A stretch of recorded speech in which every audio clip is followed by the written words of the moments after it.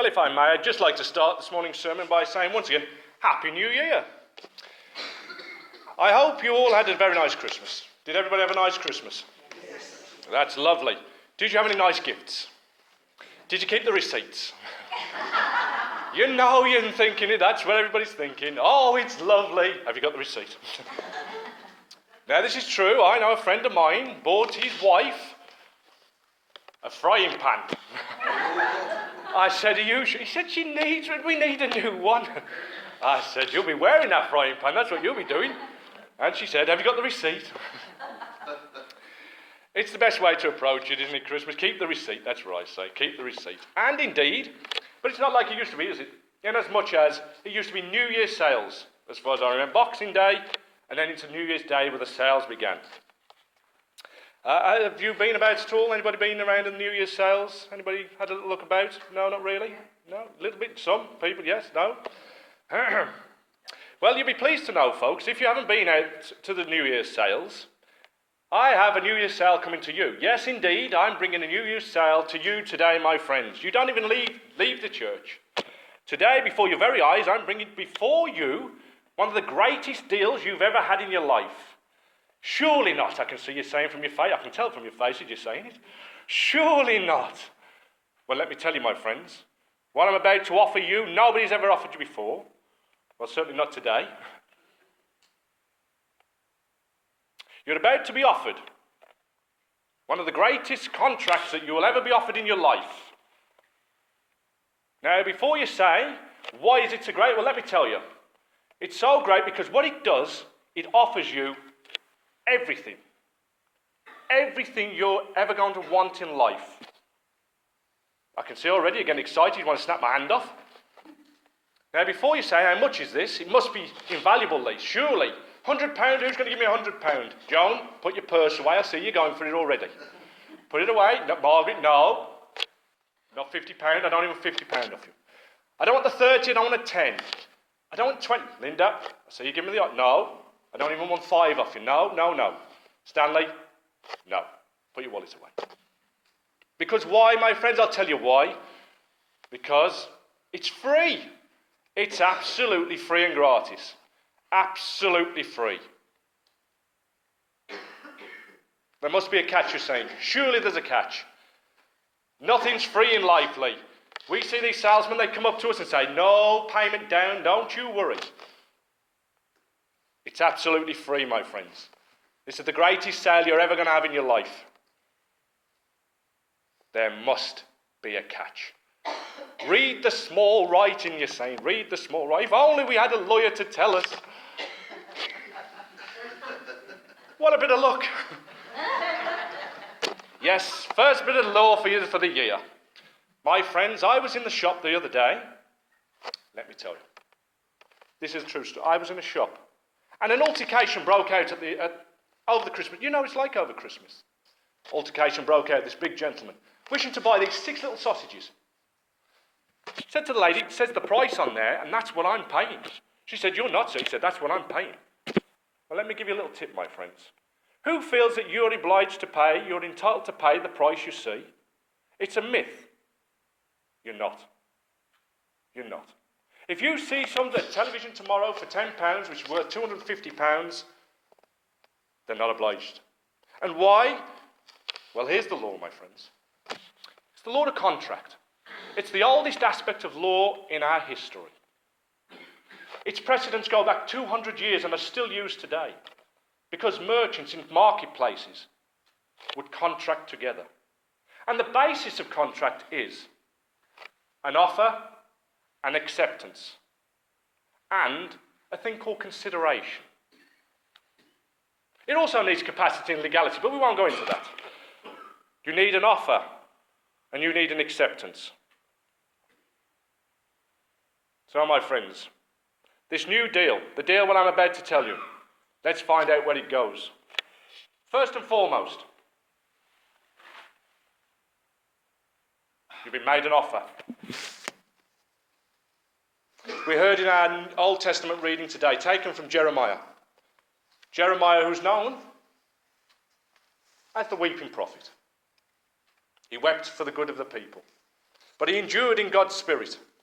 And as I said earlier, potentially, the passage that we've read today is maybe one of the most important ones. Maybe the Old Testament. It's debatable. But it's certainly the only time in the Old Testament where you will hear the words, New Covenant. New Covenant. That's the only time in the Old Testament you hear it. For prior to this, we had God's Old Covenant. And we all know what the Old Covenant was. The Israelites were brought out of Egypt into the desert Sinai. At the foot of the mountain, God and Moses received the law from God, written upon a tablet. The laws granted to them and given to them as a way in which to lead their lives in obedience to God. There was the covenant. Covenant is a contract. There was an offer and there was an acceptance. But God, through the prophet Isaiah, was aware that the failings of man had shown themselves on numerous occasions. The old covenant had been broken, as we know, numerous times. The Israelites, yes, God, we're with you. Then they would turn. God, in his wisdom, realized the times had to move. A new offer was being made through Jeremiah. So what is the offer? Well, the offer, there's a certain aspect which I wish particularly to relate to today, is one which I feel was the main one through the reading there. Verse 33. God said, I will be their God, and they will be my people. Deserves repeating. I will be their God, and they will be my people. What a blessing. What a glorious blessing. When you think of the word God, what comes to mind? It's hard to even consider it, isn't it? Such is the immensity of God. Eternity, infinity, omnipotence, perfection, patience, guidance. This is God. And he's saying, he's for you. This is his offer.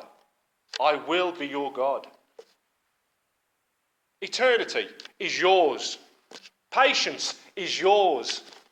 Guidance is yours. Perseverance. Judgment. All God. All the great Creator. All ours. This is what God offers through Jeremiah. I will be their God.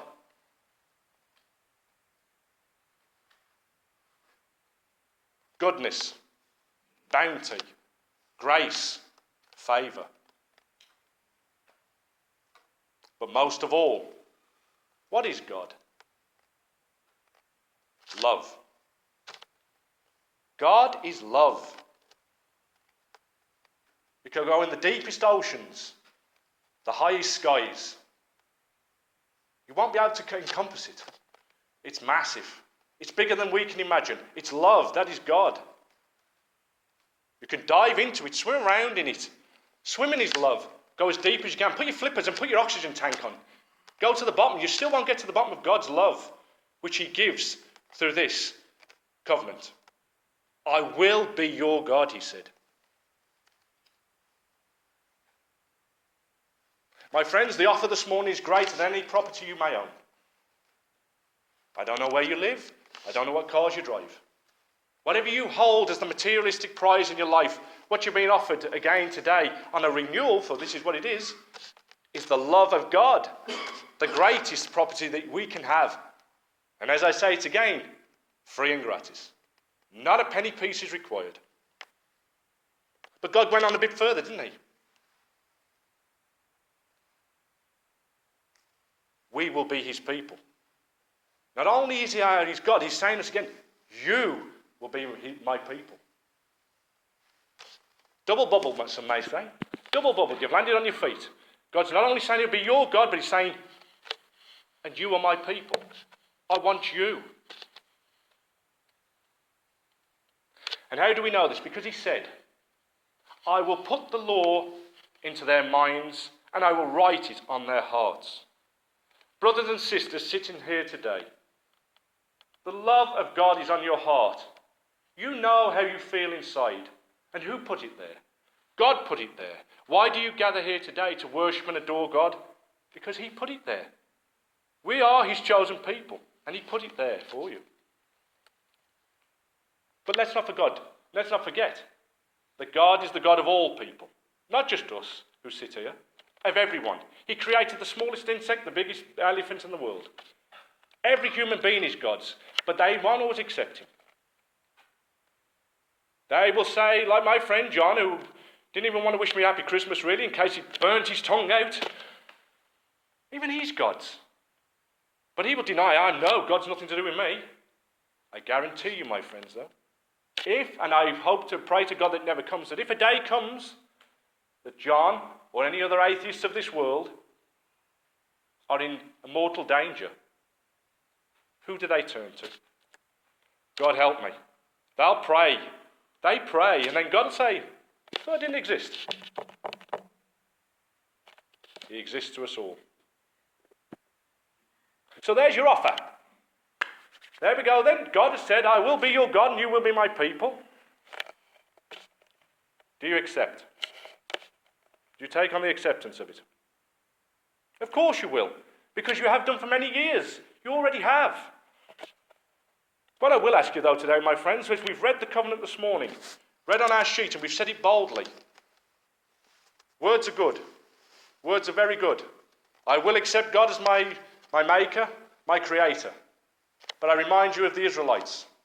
Exodus 24:7, when Moses came down with the commandments, and they said, we will obey you, God. They accepted. We accept. We've said our acceptance, we'll continue to say our acceptance. As I say, a good contract requires consideration. Consideration. Are you okay, Lynn?